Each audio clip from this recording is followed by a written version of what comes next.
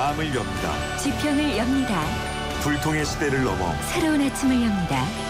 신율의 출발 새 아침. 신율의 출발 새 아침 3부 순서 광고 듣고 시작합니다.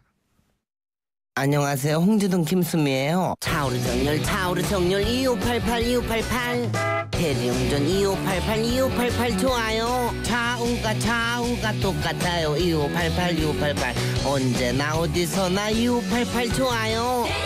차우가 같아 2588 신율의 출발 새 아침. 영화를 통해서 그 이름이 친숙하신 분들도 많으실 텐데요. 그 피라냐요. 이 아마존 열대 우림 지역에 산다고 하죠. 근데 이게 육식성 물고기죠. 그런데 열대 우림 지역에 사는 피라냐가 지금 강원도 댐에서 발견이 됐다고 합니다. 이게 단순한 생태계 교란의 문제가 아니고요. 사실은 인명 피해마저도 나타날 수 있는 그런 우려가 제기되는 사안인데요. 전문가 연결해서 지금 상황 알아보겠습니다. 사단법인 한국민물고기 생태연구소의 송호복 소장 연결합니다. 송 소장님 안녕하세요. 예, 안녕하세요. 이 피라미아 이거 무시무시한 물고기 아니에요? 그렇죠. 예. 그죠? 예, 그렇습니다. 예. 얘들이 그냥 예 말씀하세요. 이 남미에서 이식하는 열대 및 아열대성 물고기죠. 예. 유사 종들이 한 30종 정도가 있습니다. 30종이나 있어요. 이제 예, 모든 어종이 육식성은 아니고 아. 순한 물고기도 있지만 특히 이제 이번에 방류된 것 같은 붉은 배 피라냐가 매우 이제 포악한 것으로 알려져 있습니다. 피라냐도 이렇게 육식성이 아닌 게 있군요. 예, 그렇습니다. 아, 그러면은 우리나라에 지금 그 붉은색 피라냐라고 말씀하셨는데? 예, 붉은 배 피라냐. 붉은 배 피라냐. 예. 이거는 사람도 공격할 수 있는 거예요? 그렇죠. 우리가 흔히 알고 있는 피라냐라고 보시면 됩니다. 근데 이게 뭐 날라온 건 아닐 거 아니에요? 아마존에서. 예, 그렇죠. 그죠? 예, 예. 이거 어떻게 유입됐다고 보세요? 그게 아마도 어떤 사람이 피라냐를 키우다가 예. 이게 더 이상 사육이 곤란해지자 이제 아마 저수지에 방류한 것으로 추측이 됩니다. 예, 그럴 경우는 되게 그 키우기를 원하는 사람을 찾아서 주거나 또는 아니면 샀던 곳에다 그 반납을 하거나 그렇지 않을 경우는 이것도 저것도 아닐 경우는 죽이는 게 폐기시키는 게 최선의 방법입니다. 아니 근데 이걸 왜 키워요? 그 요즘에는 뭐 취미들이 굉장히 다양한 사람들이 많이 있지 않습니까? 취미가 다양해서 그렇죠. 이 식육 어종을 키운다. 이거 근데 지금 경찰 수사 들어갔죠? 예, 그렇게 알고 있습니다. 이거 왜냐하면 이거는 사실은 단순하게 키우던 것을 방류한다라는 그런 그 방생한다라는 그런 의미가 아니고 사람을 다치게 하거나 죽게 할 수도 있는 행위 아닙니까? 그렇죠. 사람을 많이 놀라게 했고, 예, 또 그런 이제 사람을 다치게 할 일이 발생할 수도 있고, 예. 이게 어떻게 발견된 거예요? 그 아마 그 저수지에서 낚시하던 사람들이 예. 낚시를 하다가 어떤 이제 큰 물고기가 낚싯줄에 걸려 올라오는데 낚싯줄을 끊고 도망갔다. 뭐 한 5마리 정도가. 그런 얘기가 이제 인터넷에 떠돌면서 제보가 된 걸로 알고 있습니다. 이게 크기가 손바닥만 하죠? 보통 크게 되면 한 20-30cm 정도. 20-30cm요? 예. 크게 크면 한 30cm까지 자라는 걸로 알려져 있습니다. 자, 이거 지금 일단 잡아야 될 거 아니에요? 그죠? 예, 다 잡아내야 되겠죠. 다 잡아내야 되는데 지금 물 뺀다며요, 거기. 예, 물을 빼고 있는 모양입니다. 예. 그게 3,000톤가량 물 뺀다 그러더라고요? 예. 3,000톤가량 물, 예. 수위가 상당히 낮은 상태고 강원도 저희 가뭄이 들어서 예. 이제 어쨌든 차 있는 물을 이제 양수기로 퍼내는 모양이고 그 퍼내면서 이제 가는 망 같은 거를 재서 물고기들 이제 더 이상 빠져나가지 못하게 그렇게 해서 이제 완전히 재벌 양으로 이제 그 작업을 하고 있는 것 같습니다. 그렇게 물 다 빼면은 피라니아를 완전히 없앨 수 있는 거죠? 물을 완전히 빼야 되겠죠. 밑에 이제 큰 저수지 같은 경우 물을 빼게 되면 예. 주변에서 또 이제 물들이 자꾸 스며져 나와서 밑에 이제 제일 낮은 바닥에 이제 뻘하고 같이 이렇게 물이 이렇게 고여있게 되는데 원칙적으로 한다면 물을 완전히 빼고 좀 말려주는 게 제일 좋겠죠. 예. 장마철이라. 예, 그렇죠. 이거 걱정이네요. 예? 예. 그런데 이거 일단은 피라니아를 이거 외국에서 사왔을 테니까 누군가 그죠? 그렇죠. 이거 사오지 못하게 하는 제도가 필요한 거 아니에요? 지금 이제 환경부에서 예. 생태계를 이제 심하게 교란시키고 있는 외래종 같은 경우는 생태 교란 야생생물 이렇게 이제 지정해서 우리 방류하거나 또 이동하거나 뭐 반입하거나 이런 걸 실제 이제 법적으로 금하고 있고 제재도 가하고 있습니다. 지금도 하고 다만, 있군요. 예. 어허. 이게 거기에 속하지 않는 위해 우려종, 위해 위해 우려종이 있죠. 우려종 예. 아직까지 이제 우리나라에 들어오진 않았지만 예. 들어왔을 경우에 이 문제가 예상이 된다. 이런 경우 이제 전문가들이 생태계 적응이나 또 번식 가능성 뭐 이런 걸 별도로 심의해서 반입 등 결정을 하게 됩니다. 근데 그 심의에 통과가 된 모양이죠? 아마 이런 것도 이제 어떤 문제들이냐면 이런 생물들이 관상용으로 들어오는 경우도 있고 야경으로 들어오는 경우, 식용으로 들어오는 경우 굉장히 여러 가지 용도로 사용하고 있기 때문에 예. 예를 들어서 한쪽 측면, 이놈이 들어와서 우리 생태계에 어떤 영향을 줄 수도 있다라고 해서 한쪽 측면만을 고려해가지고 일방적인 제재를 가할 수가 좀 어려운 실정이죠. 다만 이제 위해성이 심하게 우려되는 경우에는 아마 조금 철저한 승인 절차가 필요할 걸로 생각이 됩니다. 이게 철저히 하고 이번에 누가 그걸 방류했는지 그것도 철저히 좀 잡아야겠네요. 예, 예. 네, 그렇죠. 좀 경각심을 줘야 되겠죠. 경각심 정도가 아니라 이게 잘하면은 살인행위까지 되는 건데 이걸 못 잡으면 안 되죠. 이거 철저히 수사해야죠. 예. 함부로 방류할 문제는 아니죠. 그렇죠. 예, 오늘 말씀 잘 들었습니다. 고맙습니다. 네, 감사합니다. 예, 지금까지 사단법인 한국민물고기 생태연구소의 송호복 소장이었습니다. 자, 새누리당 유승민 원내대표의 거취에 대해서 좀 자세히 알아보겠습니다. 지금 방금 들어온 뉴스, 거취 관련 입장 표명 생각 없다. 이것이 유승민 원내대표의 지금 아침의 언급입니다. 그리고 본인의 거취에 관련한 의총을 소집할 생각도 없다. 지금 이런 얘기를 하고 있는데요. 자, 이런 유승민 원내대표에 대해서 친박들은 과연 어떤 생각, 어떤 행동을 예정하고 있는지 직접 얘기 들어보겠습니다. 자, 새누리당 이장우 의원 전화 연결합니다. 이 의원님 안녕하십니까? 네, 신 교수님 안녕하세요. 예, 네. 안녕하십니까. 네. 어떻게 지금 말이에요. 오늘 아침에 방금 들어온 속보가 거취 관련 입장 표명 생각 없다. 이것이 이제 유승민 원내대표 입장이고. 네. 그리고 자신의 거취 관련한 의총도 소집할 생각이 없다. 이건데요. 자, 네. 어떻게 하실 생각이십니까? 정치 지도자는 정치 행위에 대해서 늘 책임을 지는 자세가 필요하거든요. 예. 그런 의미에서 보면 참 무책임한 말씀이라고 생각됩니다. 예. 우선 의원총회를 소집하려고 합니다. 예. 그런데 의원총회를 소집할 수 있는 여건을 갖추려면 최고위원회가 소집할 수 있는 경우가 있고요. 예.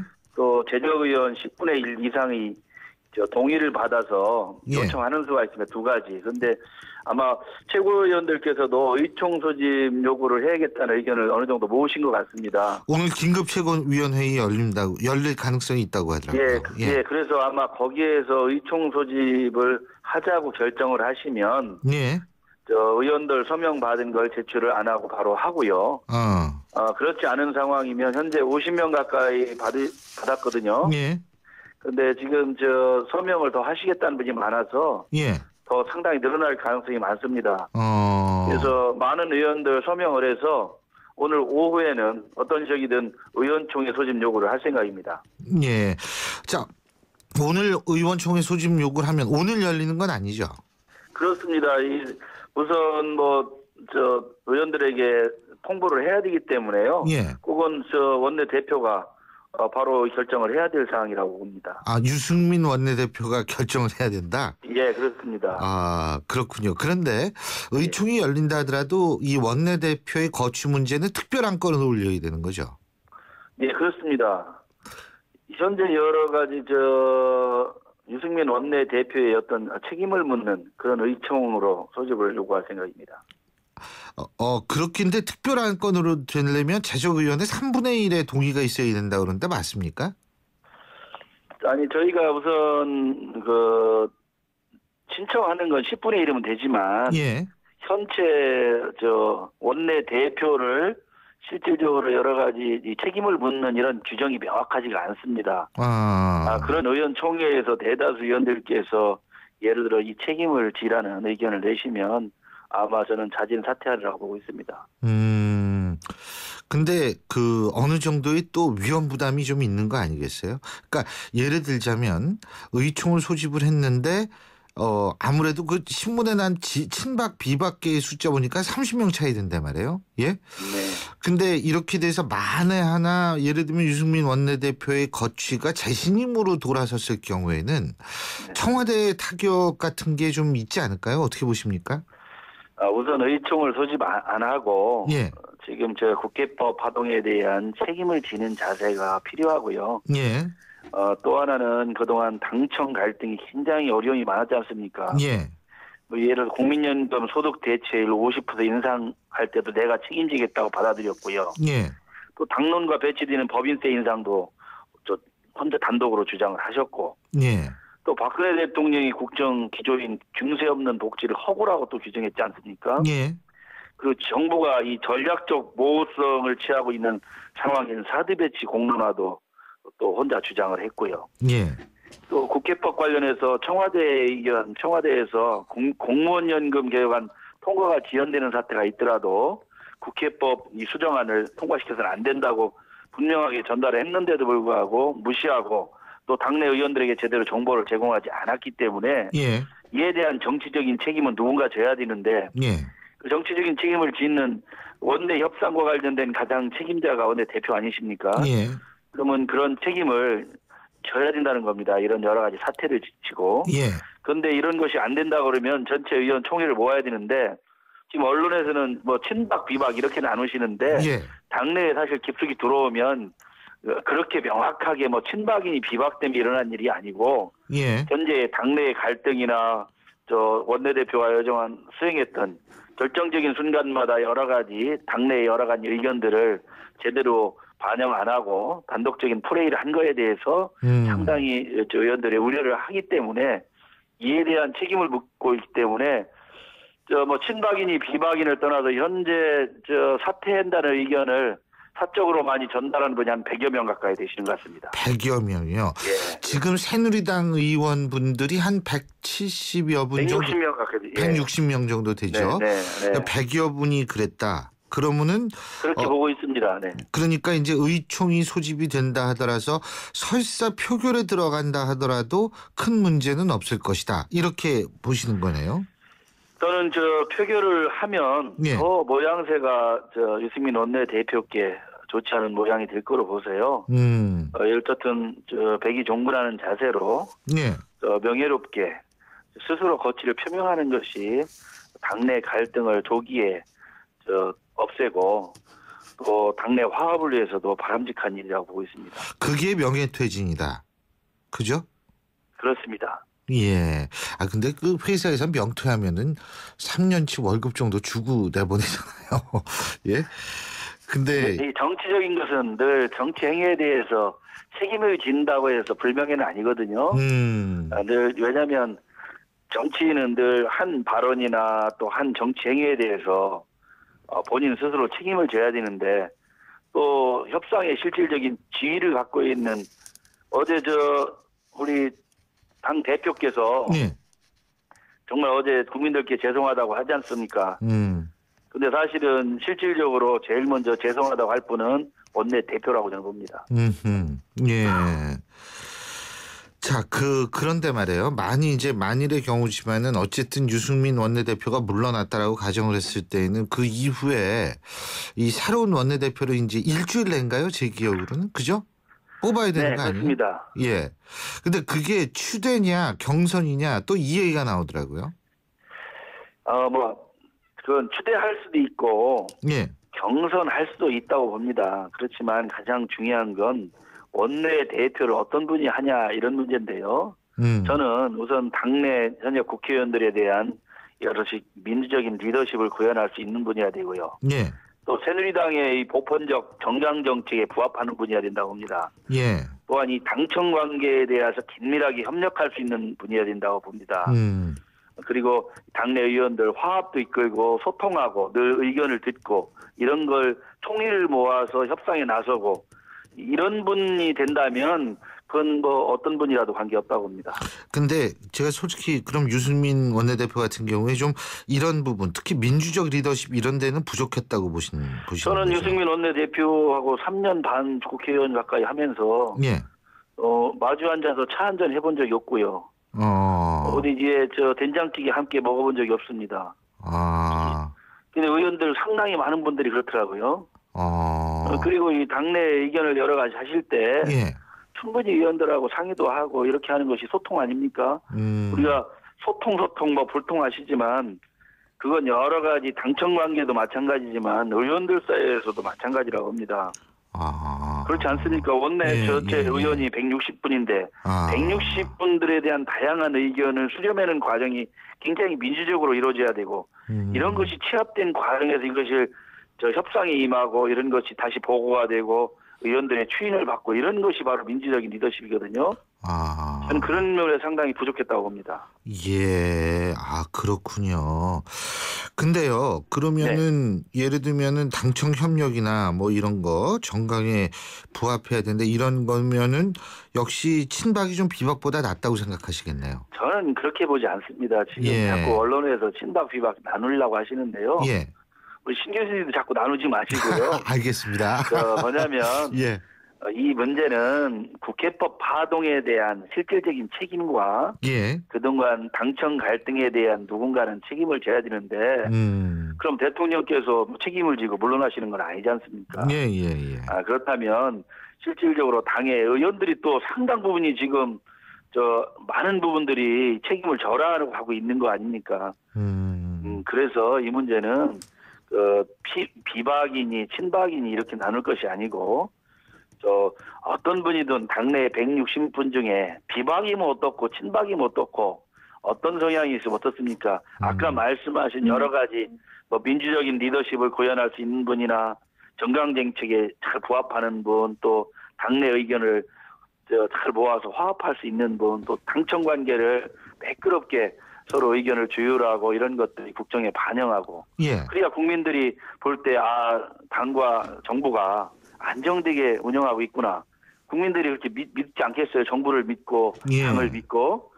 그런 분이라면 누구도 관계없다고 봅니다. 저는 그런 분이라면 뭐 친박이니 비박인을 떠나서 누구든지 지지할 수 있습니다. 예.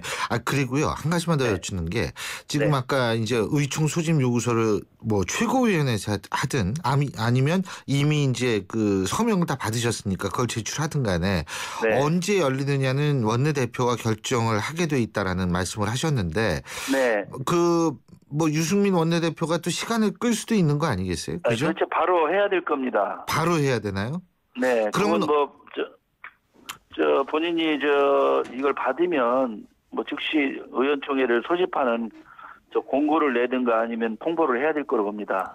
예. 그러면은 언제쯤 열리게 된다고 보세요? 내일이요? 글쎄, 그거까지는 정확히 뭐 말할 수 없습니다만 뭐 적어도 오늘 소집하면 내일이나 모레 정도는 하지 않겠습니까?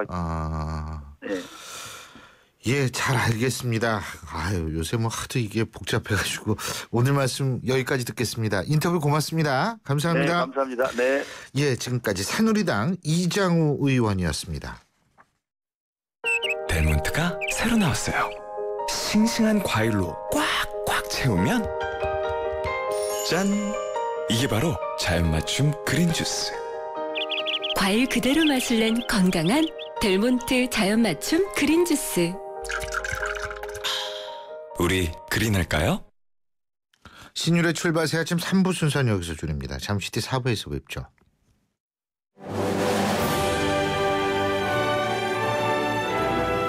(2015년) 올 여름 영국 옥스퍼드에서 개최되는 국내 유일한 영어 캠프를 만나보세요.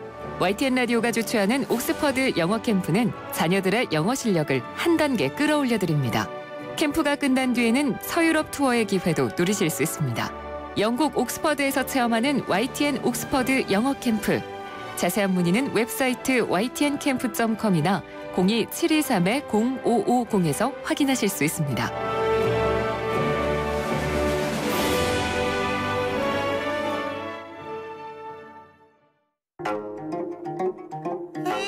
AED라고 들어보셨나요? 그럼 자동제세동기는요? 심장이 멈춘 위급 환자에게 전기 충격을 주어 심장이 다시 뛰도록 도와주는 장비입니다. 아무리 유용한 장비라도 이름부터 생소하다면 응급 상황에서 사용하는데 어려움이 있지 않을까요? 이제부턴 AED나 자동제세동기 대신 자동심장 충격기, 쉽고 친근한 우리말로 바꾸어 쓰면 어떨까요? 상대방이 알 수 있는 말을 쓰는 것, 배려와 소통의 첫걸음입니다. YTN 라디오 언어문화 개선 캠페인은 국립국어원과 함께합니다.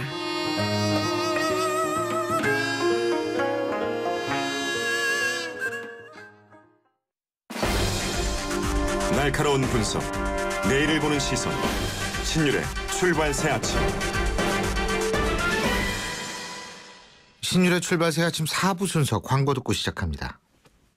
핫한 여름 식혀주는 최고의 썸머 페스티벌. 크루즈 말리부 올란도 캡티바의 디젤 차량 구매 시 최대 280만 원 할인. 또는 스파크 크루즈 말리부 올란도 캡티바 알페온 구매 시 최대 3년 무이자 할부. 쉐보레와 함께라면 당신의 여름은 더욱 쿨해진다. 7월 한 달간 전시장 및 홈페이지 참조. Chevrolet, find new roads. 예, 지금 8시 31분 21초 지나고 있는데요. 지금 교통 상황 알아보겠습니다. 김정윤 캐스터. 네, 출발 새 아침 교통정보입니다. 30분 전과 크게 달라지진 않았습니다. 오늘 어제에 비한다면 한결 여유가 있는 편입니다. 강변북로 구리 쪽으로는 가양대교부터 성산대교, 서강대교에서 동작대교까지 전 시간과 비슷하게 정체가 이어지고 있고요. 일산 쪽으로 이동하는데도 잠실대교에서 성수대교, 다시 동호대교부터 한강대교까지 밀립니다. 올림픽대로 하남 쪽으로 가는 데는 가양대교 부근, 그리고 여의 하류나들목에서 한강대교까지, 다시 한남대교 부근에서 정체가 되고 있고, 공항 쪽으로는 올림픽대교부터 영동대교, 다시 한남대교 부근 일대로 밀립니다.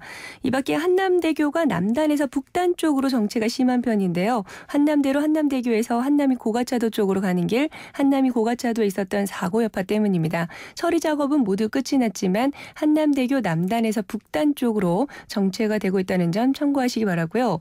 이 밖에 통일로 박석고개에서 연신내역 쪽으로 가는 길, 연신내역 부근 횡단보도에 집회 인원들이 있습니다. 이 때문에 이 부근 일대로 혼잡하다는 점 참고하시기 바랍니다. 출발 새 아침 교통정보였습니다. 신율의 출발 새 아침 오늘 순서 시작합니다.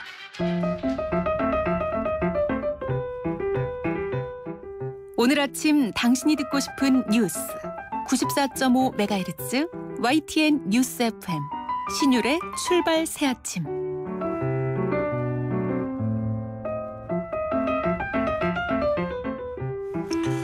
여러분 동전 자주 사용하십니까? 근데 요새 카드 많이 써가지고 지갑에 동전 갖고 다니시는 분들 거의 없습니다. 이 지갑에 동전 지갑도 거의 없죠. 근데 이 인터뷰 듣고 나시면 동전 하나도 다시 쳐다봐야 될 것 같습니다. 500원짜리 동전이요. 무려 얼마인지 아세요? 80만 원에 거래가 된답니다. 이거 알고 계셨습니까? 이 동전에 숨겨진 가치, 수집뱅크 코리아 김정식 사장과 알아보겠습니다. 안녕하십니까? 네, 안녕하십니까. 수집뱅크 코리아는 뭐든지 다 수집하시는 거예요?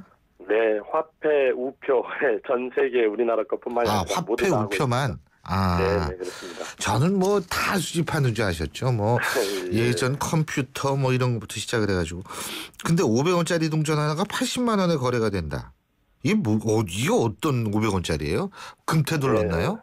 네네. 1998년도에 발행된 500원짜리 동전인데요.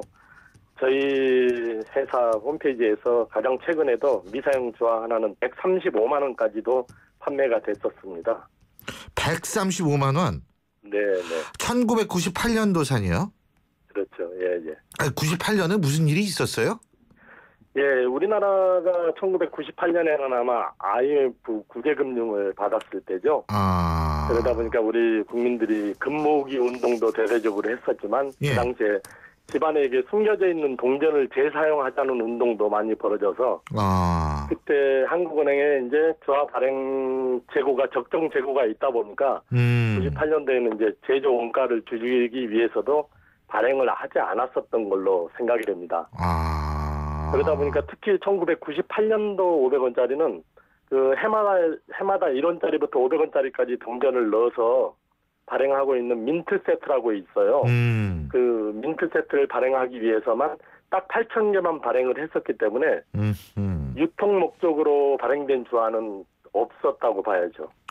아, 그래서 98년도산이 그렇게 비싸군요. 그렇죠. 예. 아, 근데 그래서 수집가들 사이에서는 이제 그 주화를 수집하려는 분들은 많은데 이제 주화는 한정돼 있고 뭐 나오는 게 없기 때문에 해마다 가격도 올라가고 있습니다 지금. 이런 거 저 수집하시는 분들이 사는 거죠, 그러니까 주로 그죠? 그렇죠. 화폐 수집가들이죠.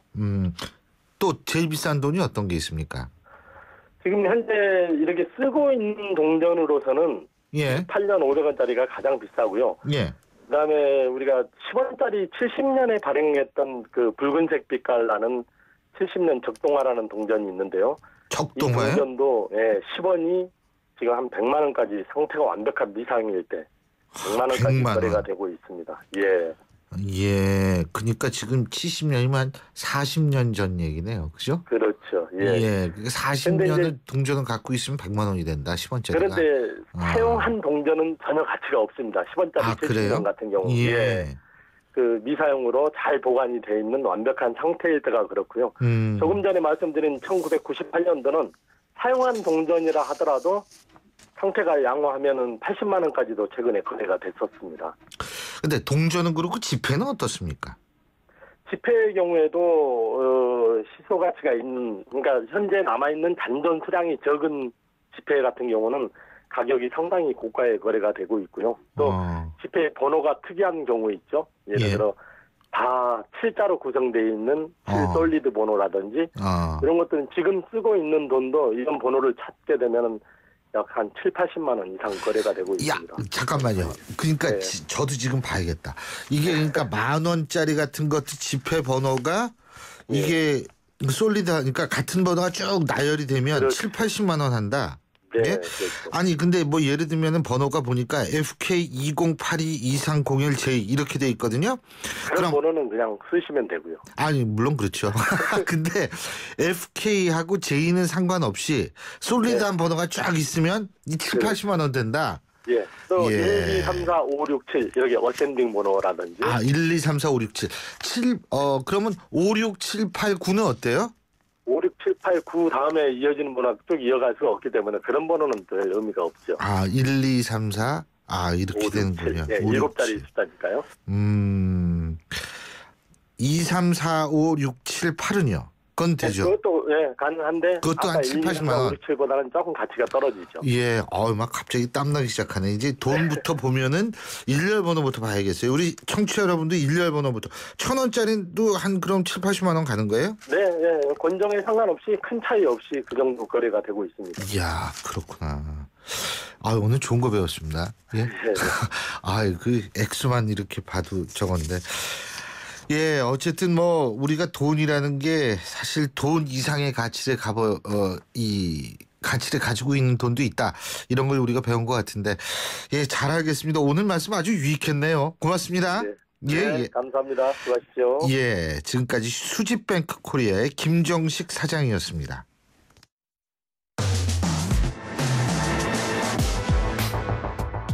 박상용 변호사의 이번 주 사건 랭킹.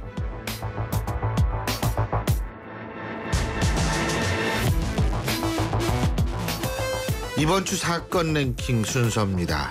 오늘도 전 평택경찰서장을 지내셨던 박상용 변호사 스튜디오에 모셨습니다. 어서 오십시오. 예, 안녕하십니까. 자, 이번 주 사건 사고 많았죠. 먼저 어떤 거 꼽으시겠어요? 한화케미컬 울산 공장에서 이거 환경 설비 관련해 증설 관련해 가지고 그 용접을 하다가 6명이 죽고 1명이 부상당한 이야기가 있었습니다. 이게 울산에서는 굉장히 큰 문제인 것 같더라고요. 그렇습니다. 그렇죠. 그러니까 이게 뭐가 터진 거예요, 그러니까 이게 이제 그 폐수 저장소가 밑에 있고요. 폐수 저장소 위에 콘크리트가 있고 그 위에서 작업을 하던 사람이 용접 작업을 했는데 그 밑에 있는 폐수 저장소에 있는 아마 가스가 누출될 거라고 생각하거든요. 그게 이제 가스가 누출돼 가지고 뭐 불꽃과 연결이 돼가지고 아마 폭발하지 않았나 이렇게 지금 경찰은 추정하고 있습니다. 그렇군요. 이게 우리나라 사회에 있어서의 안전에 관한 문제인데 이 안전에 관한 문제는 경찰이 어떻게 하는 게 소방 당국의 문제죠, 이거는. 이게 이제 문제인데 울산 같은 경우에는 이제 공단이 많지 않습니까? 국가공단이고 그래서 올 들어 이 UX 유독가스 사고만 하더라도 그 13건에 15명이 사망을 했습니다. 근데 이 사건의 경우에 원청 업체인 그 한화케미컬이 하청을 준 겁니다. 하청을 줘가지고 했는데 이 하청한 인부 중에 이제 임금이 저임금에다가 또 위험하니까 여기에 죽은 사람 중에 28살인 아르바이트 학생까지 있었습니다. 아유, 그러니까 이 안전에 관해서는 이 하청을 주면 안 되죠. 그죠? 그렇습니다. 예. 아이고 저런. 야, 이거 진짜 속상한 얘기네. 그러니까 이게 결국 비정규직 문제하고도 연결이 되는 문제네요. 예, 그렇습니다. 그래서 이게 이제 지금 울산에서는 중앙부처에서 이 안전에 관한 관리 감독권을 갖고 있는데 국민안전처라든가 행정안전부가 갖고 있는데 이거를 울산시에다 줘라.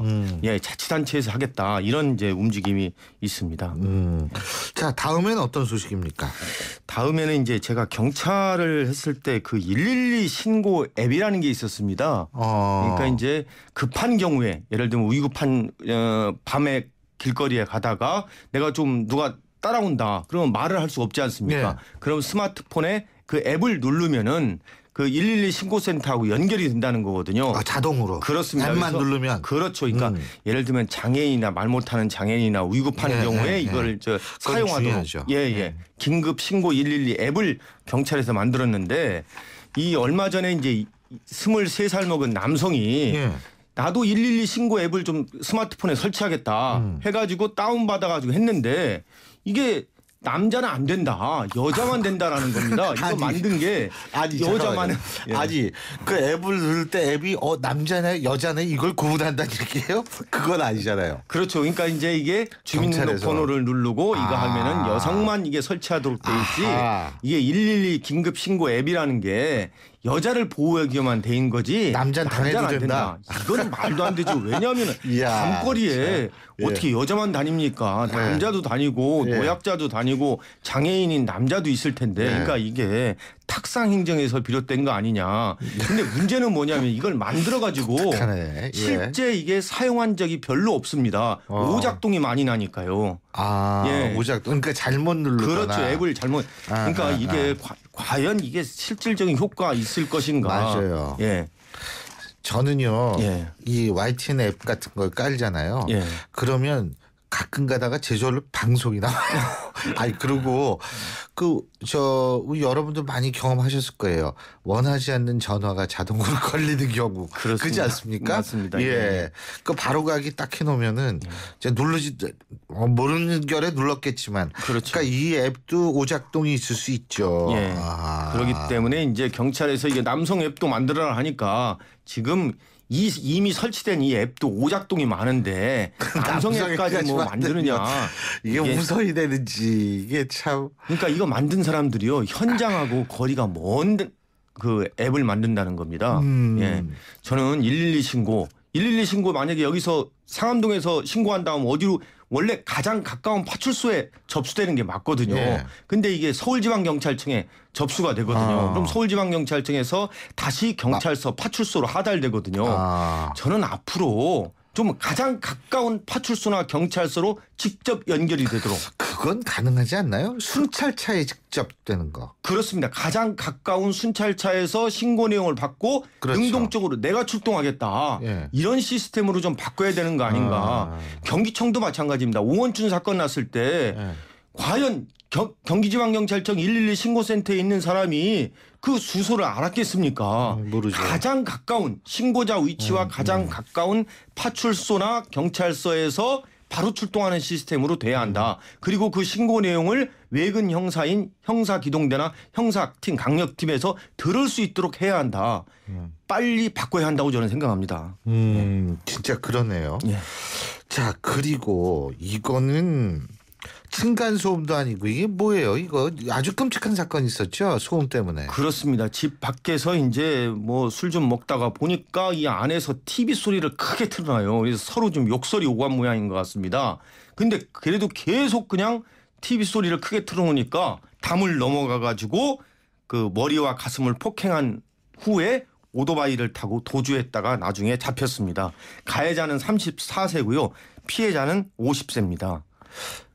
가해자가 30세요? 예, 가해자가 34살. 그다음에 피해자는 50세입니다. 근데 그분이 돌아가셨어요? 돌아가셨습니다. 예. 피해자가? 예, 예. 그럼 폭행치사가 되네요? 이거 폭행치사가 됩니다. 예. 근데 이게 이런 이웃 간의 범죄가 매년 한 2만 건씩 일어나고 있고요. 이 이웃 간의 어떤 이러한 감정 대립, 뭐 층간 소음이나 이런 거 우발적인 사건으로 인해 가지고 살인 사건만 해도 매년 50 내지 60건 발생하고 있다고 합니다.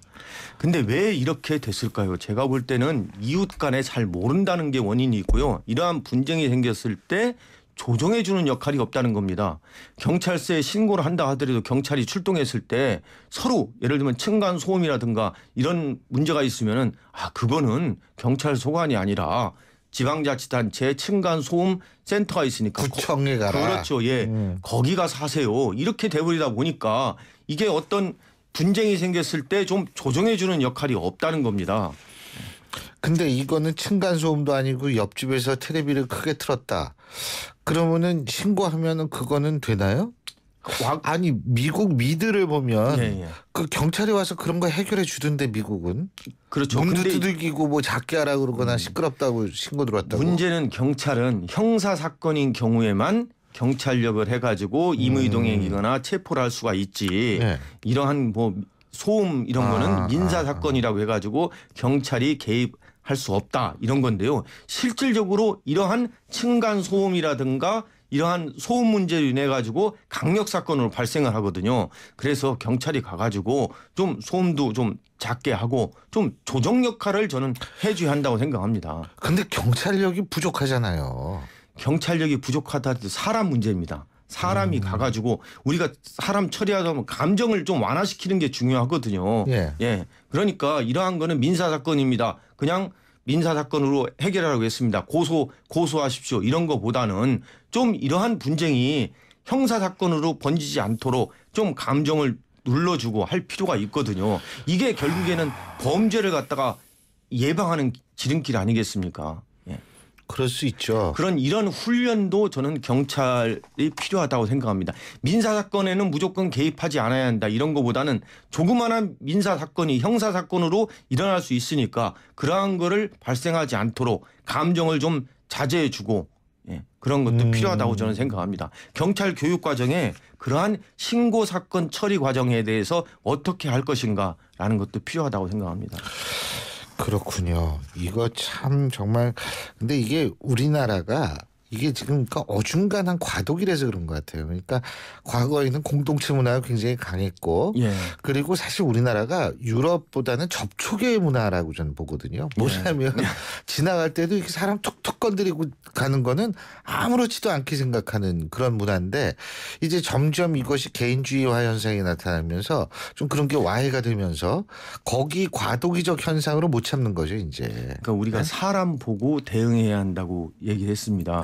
사람을 봤을 때 좀 약간 상태가 뭐 우발적이라거나 감정이 좀 지났다. 술 먹고 있는 사람이다. 이런 사람한테 그 감정을 거스리는 행동을 했을 때에는 반드시 보복이 따른다. 이런 걸 염두에 두고 사람을 좀 가려가지고 그렇습니다. 그게 필요하다고 생각합니다. 알겠습니다. 그리고 또 하나는 출근길에 추격전이 벌어졌다는데 이게 무슨 얘기예요? 경찰관이 이제 교통 단속을 하는 경우가 있습니다. 그래서 차를 세우려고 하니까 이 사람이 도망간 겁니다.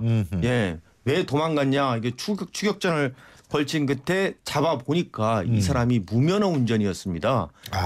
그래서 무면허 운전. 그렇죠. 사실상 교통법규 위반으로 단속이 돼가지고 벌점이 누가돼가지고 면허가 없는 경우가 있거든요. 면허가 정지된 경우. 그런데 그러한 경우에 경찰이 단속을 하면은 무면허 운전으로 또 적발이 되거든요. 형사 처벌이 되거든요. 그러니까 이거를 피하기 위해서 이제 겁을 먹고 도주를 한 거죠. 그런데 이거보다도 우리가 음주 단속을 할 때 상당히 경찰관들이 위험한 경우가 많고 실제 음주 단속 과정에서 경찰관들이 다치거나 죽는 경우가 많이 있습니다. 그렇겠죠. 이게 뭐 차에 매달고서 막 가고 이런 경우가 있잖아요. 그렇습니다. 근데 그 보호 장치가 없습니다. 경찰관이 특히 우리나라 음주 단속 문화는 이 도로를 갖다가 가로막고 하는 경우거든요. 특히 밤에 합니다. 밤 9시부터 그렇죠. 새벽 3시까지 하는데 이때 상당히 위험합니다. 또 이 음주 단속을 피하려고 또 도망가는 경우가 있거든요. 우회도로로. 네. 그러다가 그걸 정지하기 위해서 경찰관이 쫓아가다가 경찰관이 또 다치는 경우가 있거든요. 그래서 저는 음주 단속 지금 메르스 때문에 음주 단속 안 하다가 지금 다시 한다고 하는데요. 이 음주 단속 할 때 과연 도로를 막고서 일정 시간 동안 하는 이 시스템 저는 바뀌어야 한다고 생각합니다. 어떻게 해요? 음주의 의심이 있을 때 한해서 해야죠. 일방적으로 이게 사실상 법규도 경찰관 직무집행법에도 과연 이게 자동차 검문이거든요. 이게 차 검문이거든요. 차 검문 검색에 관한 어떤 규정이 없습니다. 이 부분도 좀 개선돼야 되는 거 아닌가. 근데 일단은 제가 볼 때는 음주운전 저는 철저히 단속하는 거는 좋다고 봐요. 왜냐하면 그건 큰 사고로 이어지고 딴 사람, 애꿎은 사람, 그 사람의 피해를 줄 수가 있으니까. 그런데 아까 경찰관이 많이 다친다고 그러셨으니까 실제로 매달고 가거나 이런 거는 있잖아요. 이거는 진짜 엄벌에 처하는 그런 거 있잖아요. 뭐 예를 들면 경찰관을 매달고 달렸을 경우엔 뭐 무기징역에 처한다든지 30년형에 처한다든지 이 정도로 완전히 인생을 감옥에서 보내야 된다라는 식의 두려움을 좀 줘야 되는 거 아닌가 이런 생각도 들어요. 예. 그리고 이제 경찰의 음주 감지기도 이게 여러 사람이 이제 뭐 불거든요. 이게 위생상으로 상당히 안 좋습니다. 보는 거요? 그렇습니다. 그래서 이것도 좀 개선돼야 되는 거 아닌가 그런 생각을 해봅니다. 자, 이번 주부터 우리 박 변호사께서 한국의 법 집행기관 이것만은 고쳐보자 한 말씀씩 준비하셨다고 그러는데 오늘은 어떤 부분입니까? 제가 경찰서장 하면서 범칙금이나 과태료를 받았을 때 이게 저녁 때 파출소나 경찰서에 가지고 내가 현금으로 납부하려고 하는데요. 안 받습니다. 현금으로 내가 범칙금이나 과태료를 갖다가 납부하려고 하는데 은행 계좌를 통해서 납부하라는 거예요. 그리고 가상 인터넷 계좌를 해주거든요. 아니 범칙금을 갖다가 내가 납부하려고 하는데 이거 안 받는 경우가 어디 있습니까? 그리고 경찰서에 어떻게 돼 있습니까? 24시간 민원 접수센터라고 돼 있거든요. 아니 그렇죠. 민원지. 그렇죠. 그리고 범칙금 과태료 안 낸다고 특별 뭐 징수까지 하는데 이걸 안 받는다는 것은 그래서 제가 직원한테 물어봤습니다. 왜 안 받냐 하니까 현금을 받아놓으면은 이게 나중에 부조리의 온상이 될 수 있다는 겁니다. 아니 이거는 내부 문제를 해결해야지. 예를 들면 직장에 다니는 사람이 범칙금 안 내면은 나중에 즉결 심판 받고 여러 가지 면허 정지도 당하거든요.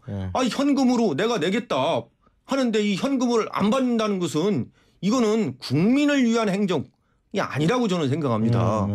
그래서 이거는 좀 바뀌어져야 한다고 생각합니다. 왜 현찰을 안 받습니까? 그리고 내가 범칙금을 내겠다는데요. 그렇죠. 그러니까 이제 그게 또 누가 이렇게 호주머니 집어넣는다거나 이거 사실 문제가 좀 심각한 건데 좀 봐줄게 뭐 좀 더 달라고 그런다든지 뭐 이런 일이 발생할까 봐 그런데 그건 제 내부의 문제. 그렇죠. 내부의 문제를 갖고서 맞습니다. 국민에게 불편을 끼치게 하면 안 되거든요. 그럼요. 잘 알겠습니다. 이거 진짜 우리나라에서 아직 고칠 점은 많은 거죠. 자, 오늘 말씀 여기까지 듣겠습니다. 고맙습니다. 네, 고맙습니다. 지금까지 평택경찰서장을 지내신 박상용 변호사였습니다. 오빠다. 오빠다.